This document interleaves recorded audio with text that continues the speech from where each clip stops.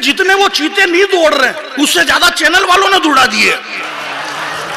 उन चीतों को चैनल वाले नहीं थकने दे रहे। भाई माल ओरिजिनल होगा तो मार्केट में अपने आप बिकेगा, विज्ञापन की क्या जरूरत है कि ताली बजाओ ताली बजाओ। जरा दोनों हाथ खड़े करिए आपने, बहुत बढ़िया। अब मैं एक ऐसे कवि को बुलाना चाहता हूं जिसका लंबे समय से आप इंतजार कर रहे हैं। मैं जानता हूं कि उसे किसी भूमिका की जरूरत नहीं है, वो जहां खड़ा हो जाता है अपनी भूमिका खुद बना लेता है। जी हाँ, मैं बात कर रहा हूं भाई जानी बैरागी की। एक बार पूरा सदन दोनों हाथ उठाकर भाई जानी बैरागी को आमंत्रित करें। हाँ जानी भाई वाह। अभी तक सिर्फ यही कह रहे थे, बोले प्यार करना पड़ता है, प्यार बाकी कर नहीं रही। गुलाब जामुन की तारीफ करने से कोई मतलब नहीं, गुलाब जामुन को खाना पड़ता है। तो खाली तारीफ करने से कुछ भी नहीं होता है। और ये भी आप प्यार उस धरती पे करने का कह रहे हो जिस धरती पे रियल में प्यार करा। ये वो बिहार की धरती है जहां पर एक दशरथ माझी ने अपनी फागुनी के लिए पूरा पर्वत पहाड़ काट दिया। ये वो बिहार है मेरे भाई, यहाँ प्यार करना पड़ता है। जो लोग यहाँ से जा रहे हैं उनसे मेरा निवेदन है कि अब कोई भी नहीं जाएगा, नहीं 40 कदम दूर जाएगा और मुंह में से खून गिरेगा, चक्कर आके गिर जाए, मेरी कोई जवाबदारी नहीं है। और आपको जाना है आप एक एक करके जाइए। अरे कोई नहीं जा रहा, 10-10, 20-20 लोग एक एक साथ उठ के जा रहे हैं। आप पढ़े लिखे लोग हैं, आपको जाना है आप एक एक करके जाइए। आप 10-10, 20-20 लोग उठ के जा रहे हैं। जनरल डायर ने जलियांवाले बाग के अंदर गोली कांड किया था, सैकड़ों लोग मर गए उसमें। कौन कौन मरा उनके नाम भी मालूम नहीं है, परंतु भगत सिंह, सुखदेव, चंद्रशेखर आजाद ये सब एक एक करके गए। पूरा देश आज भी उनको पूज रहा है। आपको जाना है आप एक एक करके जाइए। मैंने आपको ताली बजाने के लिए नहीं कहा है। भाई माल ओरिजिनल होगा तो मार्केट में अपने आप बिकेगा, विज्ञापन की क्या जरूरत है कि ताली बजाओ ताली बजाओ। जरा दोनों हाथ खड़े करिए आपने, बहुत बढ़िया। पप्पू भैया सोच रहे होंगे कि मेरा तो नाम ही नहीं लिया। बार बार लेने से क्या मतलब, आदमी को डाउट होता है।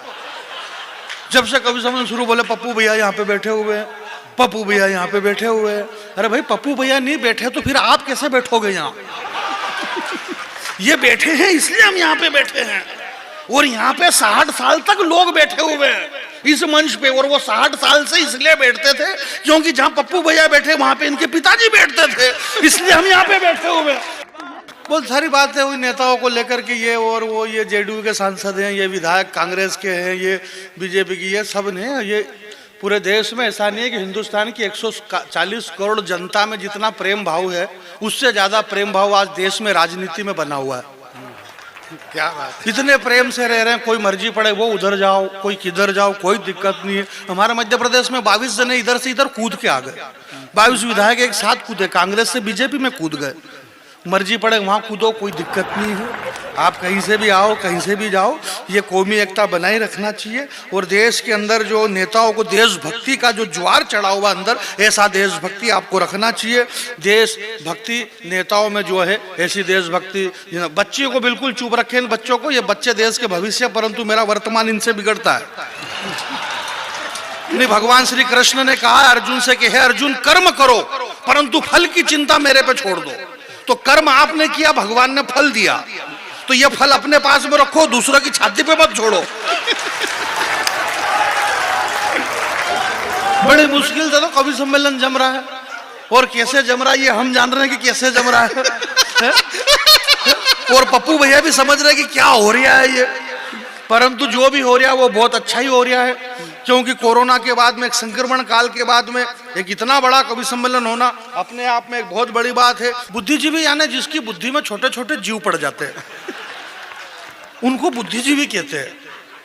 तो हमारे, मैं तो खैर ऐसी ज्यादा बातें करूंगा नहीं, क्योंकि मैंने तो कोई लिखने में ही दिमाग नहीं लगाया, तो आपको समझने में दिमाग लगाने की जरूरत नहीं है।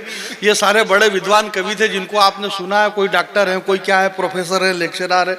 मैं कुछ भी नहीं हूँ, मैं गांव में रहने वाला आदमी हूँ, मैं बिल्कुल पढ़ा लिखा आदमी नहीं हूँ। ये बहुत पढ़े लिखे हैं, इससे कोई फर्क नहीं पड़ता है। ये भले ही पढ़े लिखे हैं, उससे कोई मतलब नहीं, कर ये भी वही रहे जो मैं कर रहा हूँ, और कई बार तो इनसे ज्यादा अच्छा कर लेता हूँ।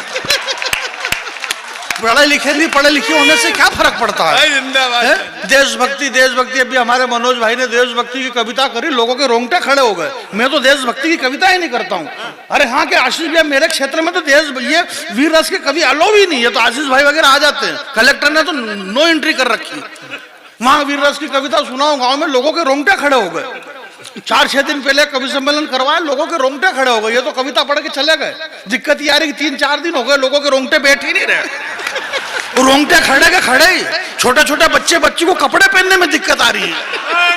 रोंगटे खड़े की खड़े ही उनके। डॉक्टर इतना पैसा लूट लिया क्योंकि उसको भी बीमारी समझ में नहीं आ रही कि ये रोंगटे खड़े कैसे होते हैं, और खड़े हो गए तो अब ये बैठेंगे कैसे। इसलिए मैं ऐसी कोई देशभक्ति की कविता नहीं पढ़ूंगा कि आपके रोंगटे खड़े हो जाए और वो रोंगटे वापस बैठे ही नहीं। देशभक्ति अपनी जगह। ये देशभक्ति पप्पू भैया आप ज्यादा ध्यान देना मत, ये भले कविता देशभक्ति की करे। अभी अगर आप इनके पेमेंट में से 2000 रुपए काट लो तो तू तड़ाके पे आ जाए। क्या बात करो आप। देशभक्ति अपनी जगह, पेमेंट अपनी जगह है, क्या सारा मामला अपनी जगह। अब इनको ये पता ही नहीं है। एक तो नेता लोग कभी सम्मेलन करवाते और नेताओं के खिलाफ व्यंग पढ़ते।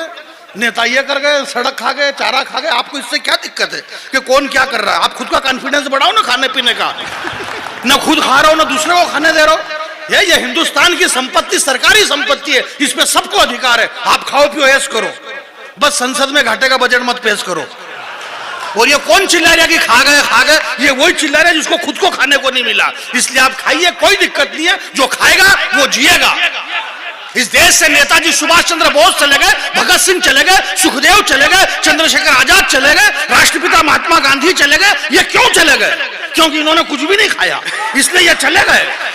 इस देश में लालू यादव जिंदा, सुरेश कलमाड़ी जिंदा, हे राजा जिंदा, कन्नी मौजी जिंदा। ये क्यों जिंदा है? क्योंकि इन्होंने खाया है।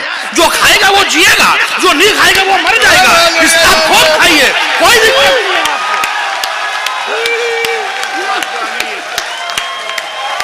भाई हम नहीं खाएंगे तो कौन खाएगा यार? हम पढ़े लिखे लोग हैं, विद्वान लोग हैं, यहाँ बड़े लोग बैठे हुए हैं। इस देश की किसको चिंता नहीं है? इस देश को किसकी चिंता नहीं है मेरे भाई? रामो वामो सपा बसपा बहुजन समाज फलानी बीजेपी कांग्रेस, आपको हमको सबको, आप क्या समझ रहे हो सिर्फ आपको चिंता है? हिंदुस्तान की हर पार्टी को चिंता है देश की। राहुल गांधी जी को देश की चिंता है, देश को जोड़ना चाहते हैं। कश्मीर से लेकर कन्याकुमारी से कश्मीर तक पैदल यात्रा वो दौड़ दौड़ के देश जोड़ रहे हैं। और दौड़ सकते हैं, उनकी उम्र है, जवान है, युवा है। मोदी जी का दिमाग खराब हो गया क्योंकि उनकी उम्र है ही नहीं दौड़ने की, वो दौड़ नहीं पा रहे हैं। उन्होंने पूछा, बोला अब मैं क्या करूं? बोले अब ये तो दौड़ के जोड़ रहे। बोले अपन नहीं दौड़ सकते। बोले फिर क्या करो? बोले सबसे ज्यादा तेज कौन दौड़ता है? बोले चीते। तो उन्होंने अफ्रीका के जंगल से 8 चीते बुलवाए। बोले अब इनसे ज्यादा दौड़ के बताओ। वो चीते दौड़ रहे पप्पू भैया, और वो 8 चीते इतने खतरनाक दौड़ रहे, इतने दौड़ रहे कि जितने वो चीते नहीं दौड़ रहे उससे ज्यादा चैनल वालों ने दौड़ा दिए। उन चीतों को चैनल वाले नहीं थकने दे रहे।